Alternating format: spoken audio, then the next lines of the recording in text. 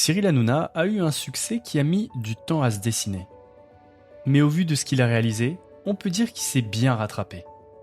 Ce passionné de télévision n'a eu que très peu de réussite dans sa carrière. Pourtant, il a réussi à atteindre des sommets que très peu ont entrevus. Qu'on l'aime ou qu'on ne l'aime pas, Cyril Hanouna est devenu le boss du PAF. Et quand tu es le boss, le succès ne se balade jamais seul. Il est toujours accompagné d'une poignée d'ennemis, tous plus féroces les uns que les autres. Et comme vous l'avez vu dans la partie 2, Cyril a un paquet d'ennemis. C'est pourquoi dans le paysage télévisuel français, il est devenu un des animateurs les plus débattus et controversés. Cependant, même si le présentateur star de TPMP a une relation tumultueuse avec le métier, il pouvait compter sur l'amour de son public. C'est cet amour qui le propulsera à la 50e position des personnalités préférées des Français. Mais aujourd'hui, les choses ont changé. L'idylle a laissé place à une histoire d'amour qui bat de l'aile. Comment en est-on arrivé là? Réponse dans cette vidéo. Mousse, est là pour mettre en lumière les mauvaises personnes, les fous. Faites entrer les gros tarés, tout savoir il vous éclabousse. Mousse, mettez-vous à l'aise car là on va se régaler. Mousse, abonnez-vous et likez si vous avez kiffé.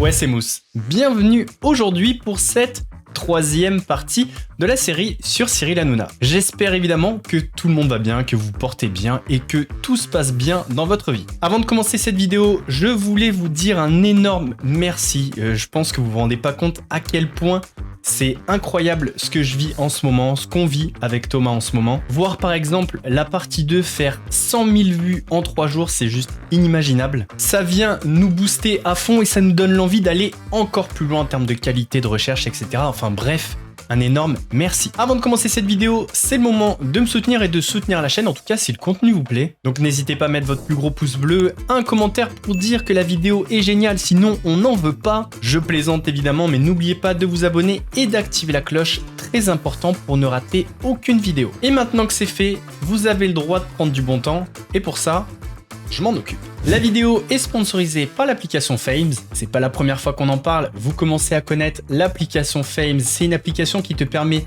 de noter et de donner ton avis sur les personnalités publiques. C'est bien évidemment une application qui est gratuite et sans pub. Et si je vous en parle aujourd'hui, c'est parce qu'il y a de nouvelles fonctionnalités. Dans cette nouvelle version, tu as accès à ton profil et tu peux y rajouter tous tes réseaux sociaux. Tu peux également voir tous les avis que tu as publiés, les supprimer ou en rajouter d'autres. Et tu peux surtout suivre un autre utilisateur et qu'il te suive en retour. L'application est disponible sur Android et sur Apple et le lien est en description. Dans la première partie, je vous ai embarqué dans une vidéo, on va dire plutôt objective, où on a retracé un petit peu l'histoire et surtout la success story de Cyril Hanouna. Dans la deuxième partie, on a vu que Cyril, dans le milieu, s'est fait pas mal d'ennemis. Est-ce que c'est de la jalousie due à sa réussite ou est-ce que c'est dû à sa personnalité clivante? À mon avis, un peu des deux, on va pas se mentir. Cette troisième partie est beaucoup plus axée par rapport au public. Parce que oui, si Cyril Hanouna a atteint les sommets, c'est parce qu'il pouvait compter sur un public qui était complètement fan de lui. Mais force est de constater que depuis quelques temps, au fil d'histoires, de polémiques, ça a un petit peu changé. Donc dans cette vidéo, on va voir tous les événements, petites polémiques et histoires qui ont amené une partie de son propre public à être déçu et une partie des gens qui n'étaient déjà pas fans à le détester complètement. Au fil des années, les Français ont découvert une émission drôle, légère, mais qui pouvait également être sérieuse quand il fallait. Et pour traiter de ce panel de sujets assez large, Cyril pouvait compter sur une équipe de chroniqueurs différents mais complémentaires. Cependant, au fil du temps et des départs de chroniqueurs, les téléspectateurs se sont rendus compte que derrière cette bonne ambiance apparente se cachait peut-être un système. Le système Cyril Hanouna. Car si le présentateur star de TPMP nous donne l'impression à la télé qu'il aime la liberté que peuvent prendre ses chroniqueurs et leur spontanéité, eh bien en réalité, on apprend que c'est pas exactement comme ça que ça se passe. Comment ça va, mon chéri d'amour? Ça va? Bon. Oh, alors, ça y est, hein. Ça y est. Voilà, ça y on est. va pas tourner autour du pot. On sait pourquoi je suis là. Vous en avez parlé pas mal dans l'émission. Et la presse aussi, on a pas mal parlé. Allons droit au but. Ah oui, je sais, Jérémy, je sais. Nelson Mandela est mort. Ça n'a rien à voir avec ça. Oui, non, d'accord. Oui, ça va. Ok. Arrêtez. Voilà, je pars. Je vous quitte. Oui. Je m'en vais. Je sais que vous avez engagé Florent Père. Comme quoi, dans cette émission, on est vite remplacé. Non, mais ça n'a rien à voir. Je le prends pas mal. Il est très drôle. C'est un ami à moi. Vous avez fait un très bon choix. Henri, je t'embrasse, mon Jérémy. Et on lui souhaite bonne chance à Jérémy dans ses nouvelles aventures. Bravo, mon Jérémy. Voilà. À bientôt. Et Jérémy, tu reviens nous voir ici quand tu veux. Avec grand plaisir. C'est chez toi. Même ça, je te le donne si tu veux. Je te donne tout. Tu veux Benaïm, je te la donne. Non, merci. Louvain, je peux pas, c'est trop cher. Mais voilà, je lui donne des gens. Jérémy, vraiment merci d'avoir été avec nous. Et bonne route pour la suite, mon Jérémy. On t'embrasse fort. Bravo, mon Jérémy. On est donc en 2013, Jérémy Ferrari, un des chroniqueurs, humoristes d'ailleurs que j'aime beaucoup, fait donc ses adieux à l'émission. C'est presque émouvant, les adieux sont beaux et le message de Cyril est extrêmement positif. Cyril martèle et signe, tu es ici chez toi, tu reviens quand tu veux. Mais si on en parle, vous avez compris que la réalité n'est pas exactement celle que Cyril nous donne à la télé. Jérémy, ce côté un peu clivant, c'est pour cette raison que vous avez choisi de ne pas rester dans Touche pas mon poste sur D8. Cyril Hanouna, vous avez convié dans l'émission et finalement, au bout de quelques participations, visiblement, votre humour un peu trop trash, ça ne passait pas. Non, c'est-à-dire qu'en fait, les gens sont en mimétisme avec l'animateur. Les gens qui regardent, surtout Cyril Hanouna, qui a cette espèce d'aura avec son public, il est très proche, etc. Ce qui veut dire que quand je fais une vanne d'humour noir et que Cyril Hanouna, à côté de moi, se marre, ce qu'il fait sur, mes premières participations, il se marre. De là, tout le monde dit « Ah là là, qu'est-ce qu'il est drôle, Ferrari, c'est très drôle ». Un jour, on a un problème avec une association qui est pour moi totalement anecdotique parce que c'est mon quotidien, sauf que lui, ça lui fait un peu peur. Et de là, il ne se marre plus à mes vannes. Il veut plus être associé. Il veut plus être associé. Et à partir du moment où moi je fais des vannes horribles et que le gars à côté il est comme ça, c'est terminé pour moi. Donc je peux faire les meilleures vannes du monde, les gens vont dire le mec est pas drôle. Et donc quand je sens qu'on commence à me dire on va relire tes textes et que le gars se marre plus en plateau, voire qu'il s'excuse quand je sors du plateau, je me sauve en courant parce que ça me détruit. Jérémy Ferrari, c'est quand même une personne qui est connue pour son humour noir. Donc si tu l'embauches, tu sais qu'à un moment donné, il va déranger. Et là, première polémique avec une association, Cyril le lâche. Quand Cyril ne rit plus personne ne rit. Donc quand il te le dit, ça fait un petit peu gourou. J'en ai assez qui disent sur Énergie 12 j'étais. Énergie 12, ils vous ont mis dehors comme une merde. Voilà, on va pas se mentir, si c'est vrai. Non mais attendez, mais c'est vrai. Arrêtez. Est-ce que je vais raconter l'histoire? Qui c'est qui est venu en juillet dans mon bureau comme une pleureuse, hein? Voilà, bien j'ai rien, Énergie 12. Mais ferme ta gueule! C'est de l'humour noir, ça? De l'humiliation, c'est quoi? T'as bien fait de te barrer. Mais moi, il se serait pas comporté comme ça avec moi parce que je l'aurais pas autorisé à ce qu'on me traite comme ça. Ce que je veux dire, c'est que après tout ça, c'est pareil. Touche pas à mon poste, c'est la même chose. C'est encore le serpent qui se mord la queue. On va plaindre ces chroniqueurs. Mais mec, si t'en as marre qu'ils se foutent de ta gueule, casse-toi en fait. Viens pas gratter à la porte. Hanouna, il se comporte pas bien, mais c'est eux qui autorisent à ce qu'il se comporte pas bien. Évidemment que des gens vont te marcher dessus. C'est à toi. Putain, prends tes couilles. Le problème, en fait, c'est que c'est la même chose. C'est qu'encore, c'est de l'ego. C'est des mecs, en fait, qui ont des carrières, mais ils veulent plus. Et ce qu'ils veulent, c'est la télévision. Ils veulent être connus, ils veulent être célèbres. Même si c'est en se retrouvant en slip avec des perruques blondes pour imiter Dalida, parce que le mec veut juste être connu dans la rue. Donc, c'est de l'ego. Donc, il a voulu mettre son ego en avant. Il prend cher. Et c'est normal. Un chroniqueur de C'est à vous rebondit sur le comportement extrêmement humiliant vis-à-vis de Mathieu Delormeau. Et là, Jérémy vient confirmer et laisse sous-entendre que Mathieu Delormeau n'est pas le seul à subir ce type d'humiliation, mais rajoute surtout que c'est la faute des chroniqueurs puisqu'ils acceptent d'être traités comme ça. Bon, potentiellement, peut-être que Cyril a conscience qu'ils accepteront tout et du coup, il en abuse. Jérémy Ferrari n'est pas le seul chroniqueur à avoir quitté TPMP et avoir eu un petit accro avec le présentateur star. On lui avait proposé cet été, il avait émis le souhait de se quitter la table de TPMP, on va dire la vérité. On lui avait proposé de venir faire les 4 tiers une fois par semaine dans Touche pas mon poste. Pour l'instant, ça lui convenait pas. Il voulait avoir son émission à lui, ce qu'on comprend tout à fait et ce qu'on a compris ensemble. Voilà, quand il nous l'a demandé, on s'est dit c'est assez légitime. Il a fait 5 ans avec moi plus 1 an sur France 4. Donc voilà, il voulait sa propre émission. On aurait préféré, on dit toute la vérité, qu'il fasse un petit peu de TPMP plus son émission. Il a préféré faire que son émission, donc on a signé avec lui un contrat jusqu'en décembre. Là, Jean-Luc Lemoyne, vous savez que c'est avant tout un ami. Il a fait un travail exceptionnel avec nous et je l'aime énormément. Je vous le dis, voilà, c'est pour moi un des meilleurs qu'on ait eu sur la chaîne. Encore une fois, un chroniqueur, donc en l'occurrence Jean-Luc Lemoyne, quitte C8, donc quitte TPMP. Encore une fois, pas mal de compliments à son égard. Pourtant, Jean-Luc Lemoyne nous donne une autre vérité sur Twitter. Et on va pas se mentir, quand on lit ça, ça vient remettre en question leur soi-disant amitié.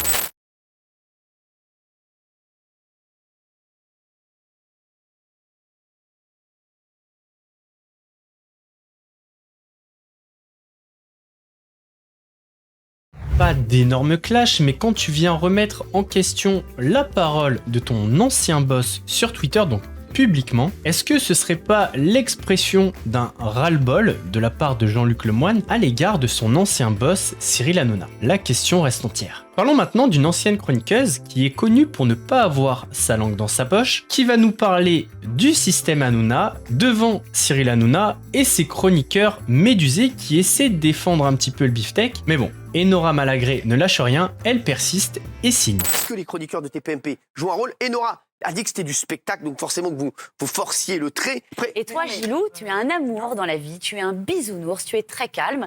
Et sur ce plateau, et c'est voilà pour ça aussi que tu as été embauché, on en avait parlé à l'époque avec Cyril, tu campes le rôle du mec toujours offusqué, parfois rien. Là, Enora laisse sous-entendre que certains chroniqueurs ont été embauchés par Cyril pour un rôle précis.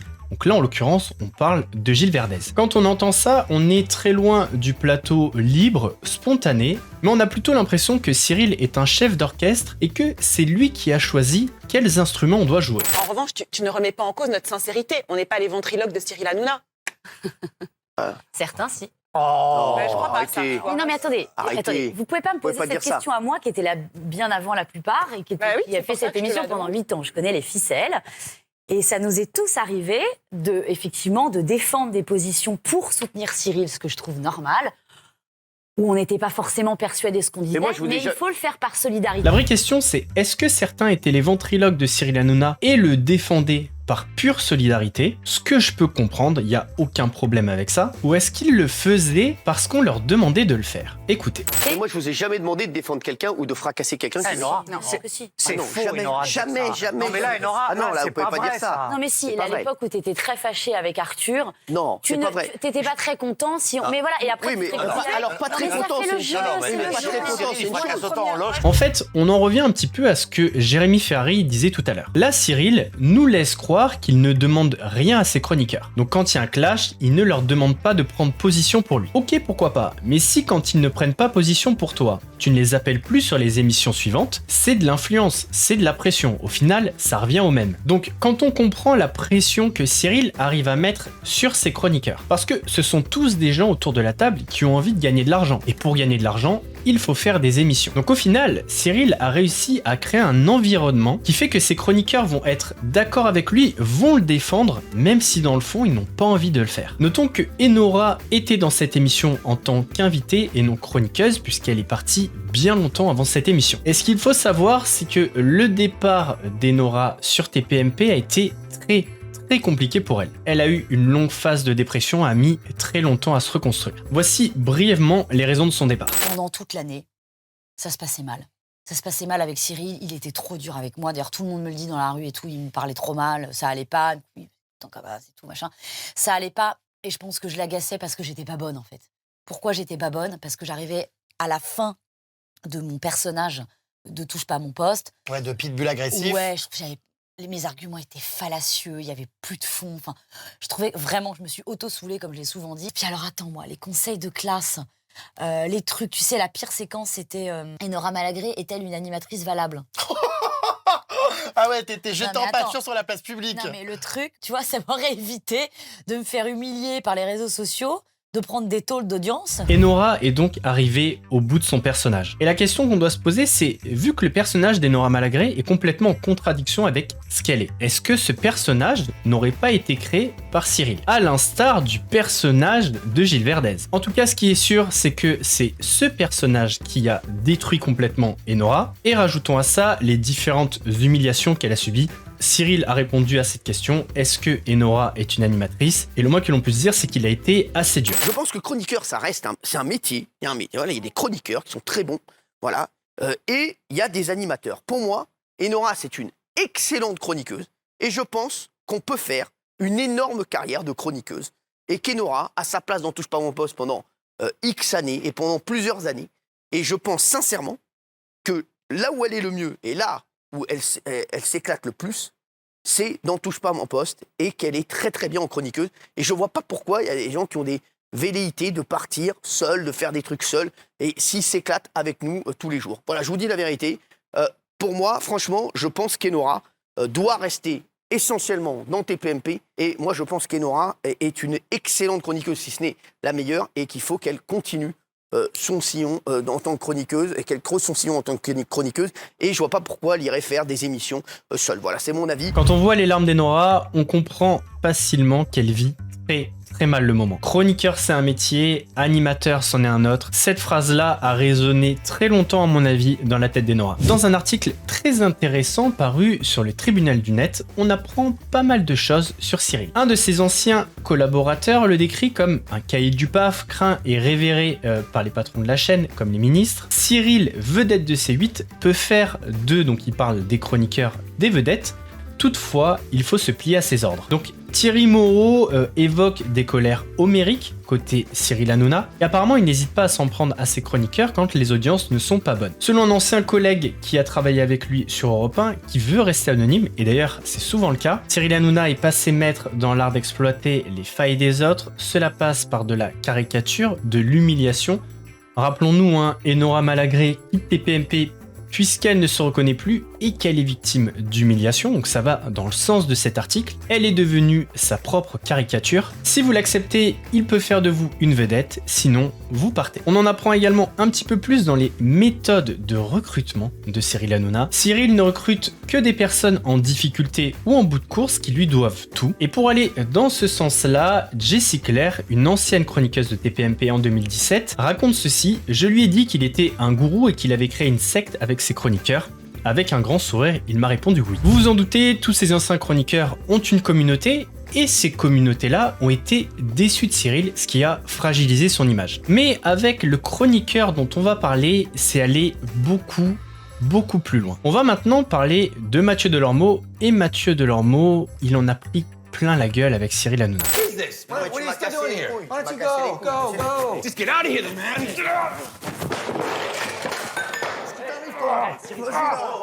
Ce qui t'arrive là?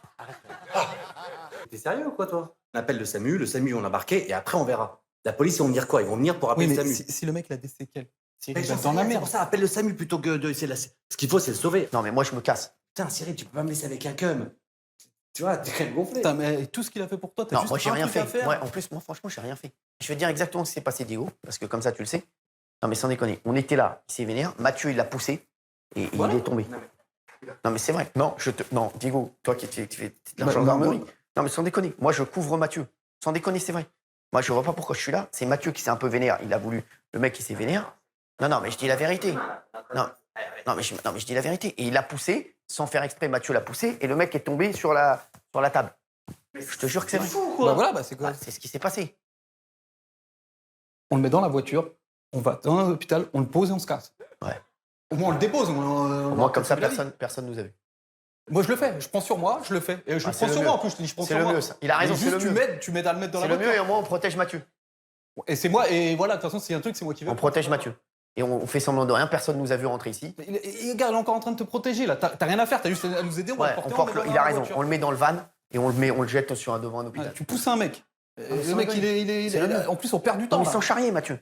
Là, on perd du temps et c'est pas bon. Pas besoin de vous expliquer le piège, vous avez tous compris. Le problème dans cette histoire, c'est comment Mathieu a vécu la chose. Et vous allez voir que quand il revoit les images, il a encore l'air très touché. Vraiment.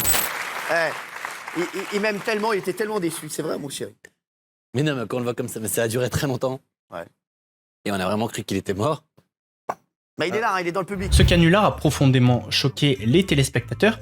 si bien que le CSA a été saisi. Le CSA a estimé que C8 avait gravement méconnu son obligation de faire preuve de retenue dans la diffusion d'images susceptibles d'humilier les personnes. C'est pourquoi le CSA, dans un premier temps, a sanctionné C8 en privant l'émission Touche pas à mon poste de diffuser toute publicité pendant une semaine. Un petit peu plus tard, le Conseil d'État, qui a été saisi par la chaîne C8, a annulé cette sanction. Et des exemples où Mathieu a été humilié, il y en a plein. Je vous remets le passage de tout à l'heure, par exemple. C'est pas Énergie 12 ici. Pas le mag, hein. C'est pas le mag ici. Ça, j'ai vu. Quoi j'ai vu quoi? Bah là-bas, j'étais. Là-bas vous étiez, bah ici vous êtes. Hein? Quoi, vous étiez quoi là-bas? Bah, Mais excusez-moi, je vais quand même revenir sur un truc parce que j'en ai assez qui disent sur Énergie 12 j'étais. Énergie 12 ils vous ont mis dehors comme une merde. Alors. Voilà, on va pas se mentir, si c'est vrai. Non mais attendez, mais c'est vrai. Arrêtez. Parce que je vais raconter l'histoire. Qui c'est qui est venu en juillet dans mon bureau comme une pleureuse, hein? Hein, voilà. J'ai rien, Énergie 12. Mais ferme ta gueule!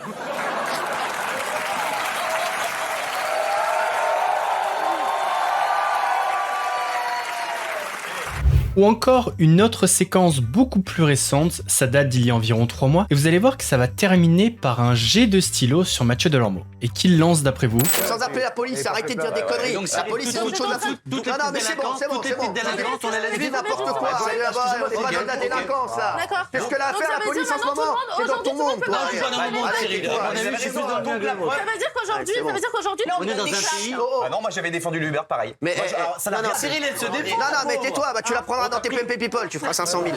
Allez, Jean-Michel. je vous ai répondu. Juridiquement parlant, Elle m'insulte tout le nom.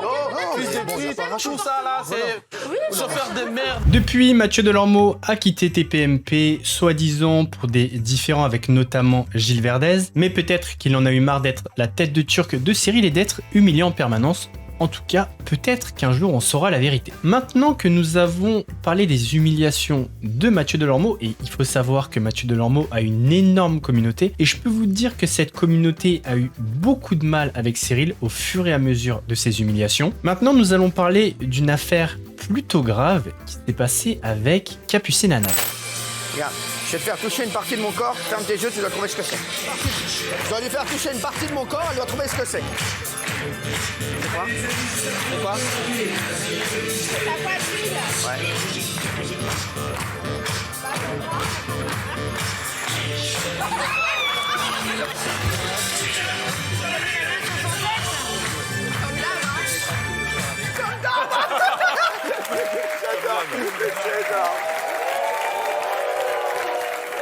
Comme d'hab, hein. Comme d'hab, hein. Et Cyril aime bien qu'on lui touche le zizi. Il dit que ça porte bonheur. Enfin, surtout à lui. Au-delà du comme d'hab de Capucine Anav qui nous laisse à penser que c'est une pratique régulière, imaginons Cyril réagir sur un autre animateur sur une autre chaîne qui fait la même chose. D'après vous, que dirait-il? Serait-il indigné? Et surtout, que diraient tous les chroniqueurs autour de la table? Je mets ma main à couper que si un présentateur autre que Cyril Hanouna ou autre que C8 faisait ça, il se ferait mais déglinguer en direct. Mais bon, là ça passe, apparemment ça fait rigoler tout le monde. Notez qu'encore une fois, le public a alerté le CSA et le CSA a puni l'émission Touche pas à mon poste en les privant de 2 semaines de publicité. D'ailleurs, pour ceux qui ne le savent pas, c'est pas la première fois que Cyril fait joujou avec son petit oiseau. Entretien d'embauche de Enora Malagré, Cyril pose son sexe sur l'épaule de sa secrétaire avant de déclarer qu'elle aura une longue carrière. Réponse de la future chroniqueuse de TPMP qui a toujours affiché un féminisme assumé. Pour moi, c'était une performance artistique. Eh ben,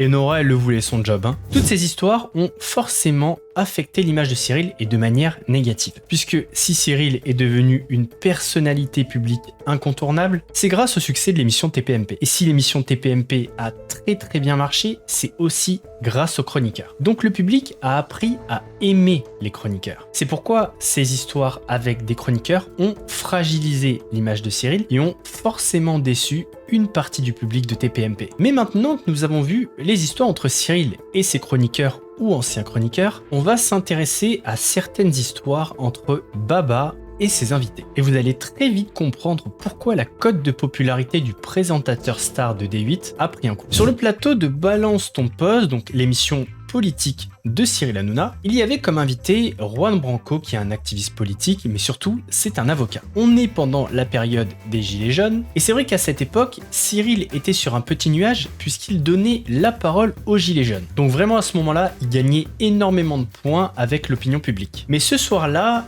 ça va mal se passer. Pour bien saisir l'impact de ce qui va se passer dans la vidéo que je vais vous montrer, il faut comprendre que Juan Branco est également une figure des Gilets jaunes, une figure montante. Il défend les Gilets jaunes qui ont été blessés, enfermés, arrêtés, etc. Ce n'est pas parce que les hommes politiques ne sont pas exposés au chômage qu'on peut dire vous faites quoi, vous? Moi, je suis avocat et je suis au RSA. Mais vous faites quoi, vous, pour les gens qui sont au chômage? Je me bats, je défends des gens gratuitement, des Gilets jaunes qui sont en difficulté. Vous faites quoi? Oui, je défends des Gilets jaunes gratuitement.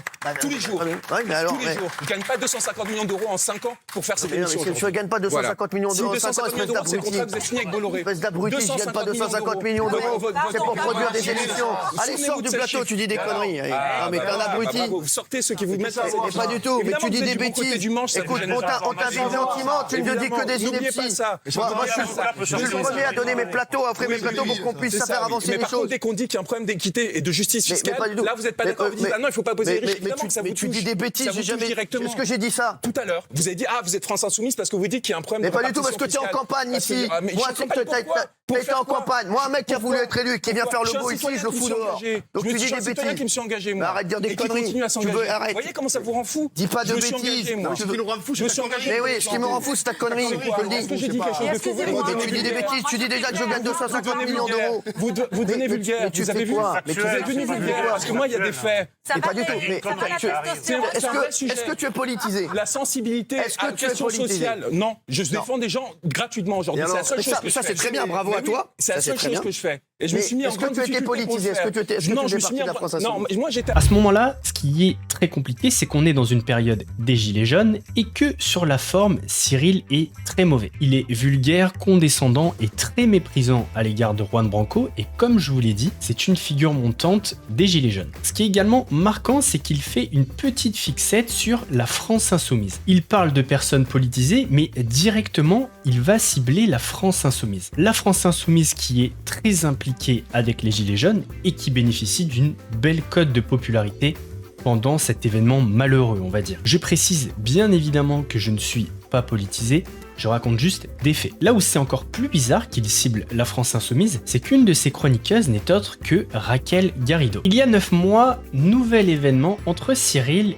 et une personnalité de la France Insoumise. Et les 5 personnes les plus riches, ce sont les mêmes personnes qui appauvrissent la France et elles appauvrissent l'Afrique. Je vais vous donner l'exemple rien que de Bolloré, qui a déforesté le Cameroun. L'exemple de Pouyanné, de chez Total, qui est en train de faire un projet au Ouganda. Le type refuse de taxer les super. Vous voulez du concret? Je vais vous donner du concret. Excuse-moi, mais il faut arrêter de poser des concrets. Des richesses, il y en a, il suffit de les partager. Excuse-moi, mon chéri. Les députés représentent le peuple, voilà. C'est un exemple. Tu sais que t'es dans le groupe Canal.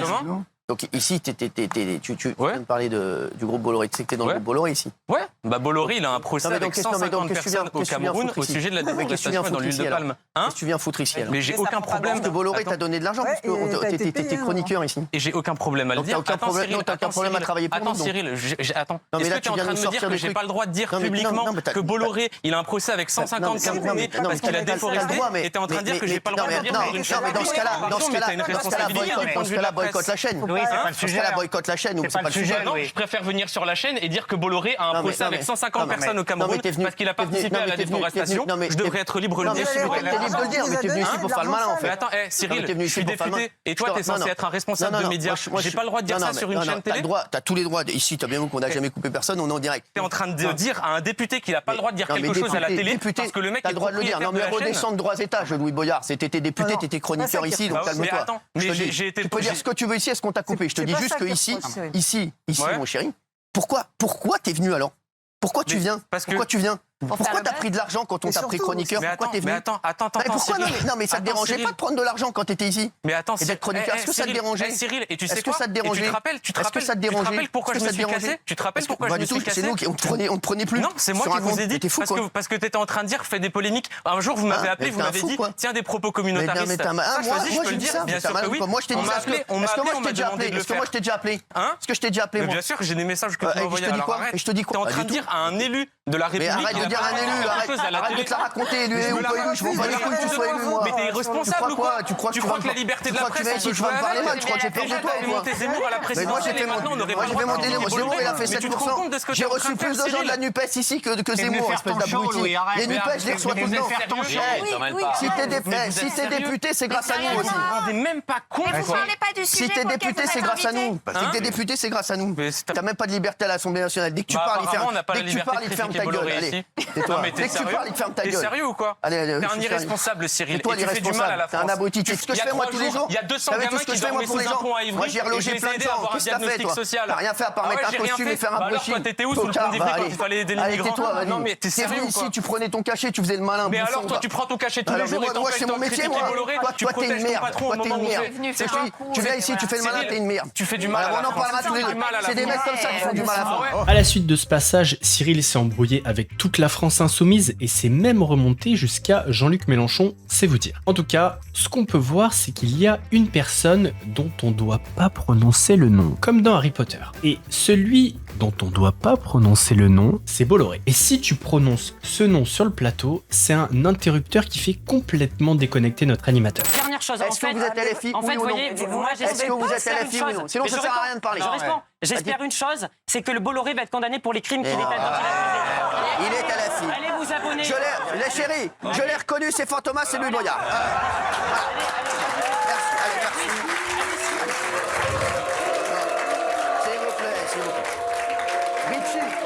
Est-ce que vous êtes LFI? Est-ce que vous êtes LFI? Face aux gens qui cherchent à vous abrutir comme sur ce plateau, allez vous abonner à Quartier Général, aux médias, il y a Le micro, s'il te plaît. Mais monsieur, je vais prendre le micro. Non, mais je peux prendre le micro, s'il te plaît? Mais je regrette qu'on ne puisse pas débattre. Et c'est la LFI, une fois de plus. Voilà, va t'acheter un blouson, mon chéri. Ce qu'on peut remarquer, c'est que le présentateur star de TPMP fait effectivement une fixette sur la France insoumise. On le voit puisqu'il en parle avec 3 invités différents et surtout à 3 moments bien différents et bien espacés. Et dans cette petite guéguerre, la France insoumise a qualifié Cyril de promoteur de l'extrême droite. Très souvent, on lui a reproché de donner plus la parole à l'extrême droite qu'à d'autres partis. D'ailleurs, on a entendu Louis Boyard le dire. Et si très souvent le nom de Vincent Bolloré est revenu, c'est parce que la France insoumise et d'autres accusent, soupçonnent Cyril Hanouna d'être la marionnette de Vincent Bolloré. Pour eux, Baba oriente, dirige, fabrique ses émissions en fonction des intérêts de son grand patron et ami. Personnellement, je ne m'aventurerai pas à émettre des thèses, des hypothèses sur le grand patron du groupe Canal, tout simplement parce que je ne veux pas que ma chaîne saute. Ça serait con de gâcher 6 mois de travail juste en prononçant ce nom dont il ne faut pas prononcer le nom. En tout cas, ce qui est sûr, c'est que le Cyril qui a aidé le mouvement des Gilets jaunes, qui s'est montré très généreux avec des familles ou des personnes en difficulté, voit son image fragilisée dans cette guéguerre avec le parti de la France insoumise, puisque qu'on aime ou qu'on n'aime pas ce parti, ça reste le deuxième parti préféré des Français aux dernières élections législatives. Donc il est possible que les membres et adhérents de la France insoumise détestent un petit peu Cyril Hanouna. Il y a une autre personne qui reproche la même chose que la France insoumise à Cyril Hanouna, c'est-à-dire de faire la promotion de l'extrême droite en général. Pourtant, la raison du différend entre cette personne et Cyril n'est pas du tout politique. Si vous regardez TPMP depuis longtemps, cette personne, vous l'avez déjà vue sur le plateau. Mon chéri, je l'adore, vous avez déjà sûrement entendu Cyril dire ça sur cette personne. On était très loin de penser qu'un jour, le présentateur vedette serait en bif avec la personne dont on va parler. Et pourtant, c'est arrivé, et c'est même allé un petit peu loin. Cyril, ça n'a pas été une grande perte parce que c'était votre ami. Ah, oui. Mais c'est pas mon ami, ça n'a jamais été mon ami. C'était cordial. J'ai jamais bu une bière avec Cyril Hanouna, je ne l'ai jamais vu en dehors de TPMP. Mais c'est un opportuniste, c'est un menteur, c'est un faux cul. Donc Bouddha, il est numéro 1. Donc il ne va pas se friter avec Bouddha. Donc quand il me reçoit très bien. Moi, j'ai pas de problème avec lui. Donc c'est mon ami dans ce sens-là. On s'entend bien.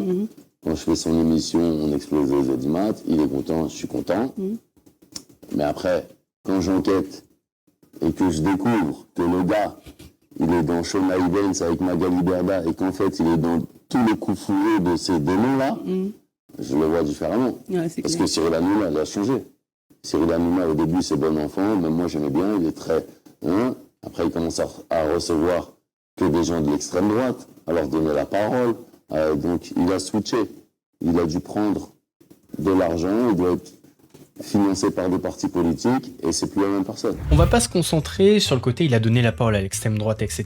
On en a parlé un petit peu avant avec la France Insoumise, mais on va se concentrer sur l'accusation que porte Booba. On en a déjà parlé sur cette chaîne, mais Booba a déclaré la guerre aux influenceurs, aux influvoleurs, et la cible prioritaire, c'était Magali Berda, qui est à la tête de la plus grosse agence de marketing d'influence, Shona Evans. Et je pense que vous le savez, mais si Booba dit que Cyril Hanouna est impliqué, c'est pour une bonne raison. Suivons ensemble le cheminement, vous allez voir, c'est très simple à comprendre. Le groupe Banijé, bien qu'il se soit retiré depuis, détenait 32,5% du capital de Shona Evans, donc fin 2019. Cyril Hanouna a vendu sa société de production H2O au groupe Banijé. Dans la vente de cette société, Cyril a récupéré du cash, mais aussi des actions du groupe Banijé. Du coup, l'animateur-producteur Cyril Hanouna fait son entrée au conseil de surveillance et prend une part de 1,5% dans son capital. Donc, Hanouna était actionnaire de l'entreprise de Magali Berda, Shona Evans.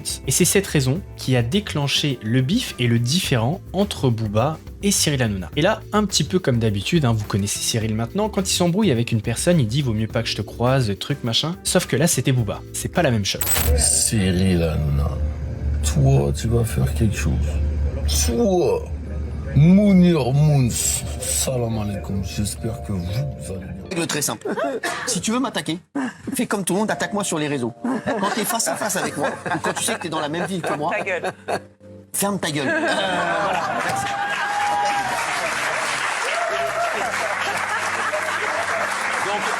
C'est vrai que j'habite à Paris. Et Paris, c'est petit. Alors, il y a des gens qui sont loin parfois, ils font les malins, mais quand un jour à Paris, on verra comment ça se passera. Voilà les chéris. Je dis ça pour toi aussi.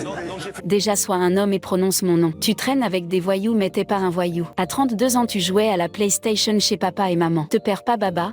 T'es pas prêt, assume les critiques. Avec les hashtags on t'a fait sortir du silence, tu m'as raté à Miami, cartel de Klaoui. Cyril Hanouna fait pas appeler tes amis du grand banditisme, t'es maladroit baba, ça marche pas ici. Pas ici. Retourne sur la PlayStation. Tu divagues, poursuit le rappeur du 92i. Cyril Hanouna, ce qu'on a à dire on va le dire. Tu peux appeler ta grand-mère ou Superman. Ça change rien. Fais-moi directement, tu gagneras du temps, espèce de clown. T'as pas honte d'être aussi lâche? En tout cas, c'est la preuve qu'on a raison et qu'on a tapé dans le mille. Force pour cette nouvelle aventure. Pendant leur embrouille, Booba a dévoilé une conversation compromettante entre lui et Cyril Hanouna. Déjà, ce qui est très intéressant dans ces screenshots, c'est que on voit que Cyril a écrit « On a juste appris qu'Arthur était actionnaire de We Evans, les islamophobes ». We Evans, c'est l'agence concurrente de Shona Evans. Arthur, c'est un des ennemis de Cyril Hanouna, et le mot islamophobe, forcément, ça va faire réagir Booba. Donc là, clairement, Cyril essaie de détourner l'attention. Là, Booba vient recentrer le débat sur Magali Berda, et là, encore une fois, Cyril essaie de brouiller les pistes en disant « Moi je suis sur Wesley ». Et il rajoute même « Le merdier, il est chez Arthur ». Dans ce message, on voit que Cyril promet des révélations à Booba, et là Booba dit « Tu me dis rien du tout, passe une bonne semaine, on attend les news, etc. » Booba commence à s'énerver en lui disant « T'as dit que tu m'appellerais, tu m'as pas appelé, non c'est pas du vent », et il insiste sur le fait que en tout cas Magali est invitée sur tous les plateaux. C'est là que Cyril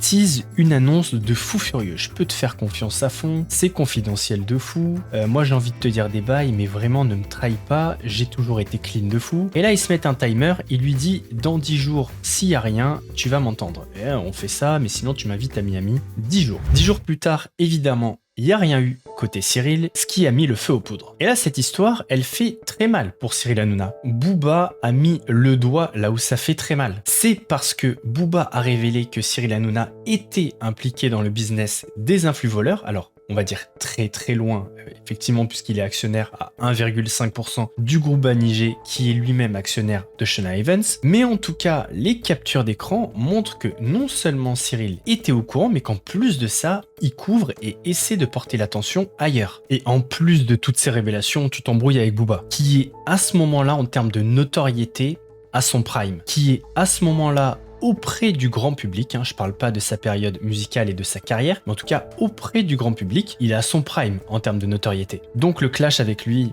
ça fait très mal. On arrive donc à la fin de cette vidéo. J'ai essayé dans celle-ci de vous mettre un maximum d'éléments qui expliquent pourquoi Cyril Hanouna a déçu le public en général et même son public, ce qui explique pourquoi c'était une des personnalités préférées des Français et pourquoi aujourd'hui ça ne l'est plus. En tout cas, j'espère que la vidéo vous a plu. N'hésitez pas à me dire votre avis en commentaire comme d'habitude. Si vous avez aimé la vidéo, n'hésitez pas à mettre votre pouce bleu. On n'oublie pas de s'abonner et d'activer la cloche pour pas rater la vidéo de la semaine prochaine qui s'annonce explosive. La semaine prochaine, nous parlerons d'un sujet de société qui est tabou, qui est un véritable fléau, quelque chose qui ne devrait pas exister dans notre société.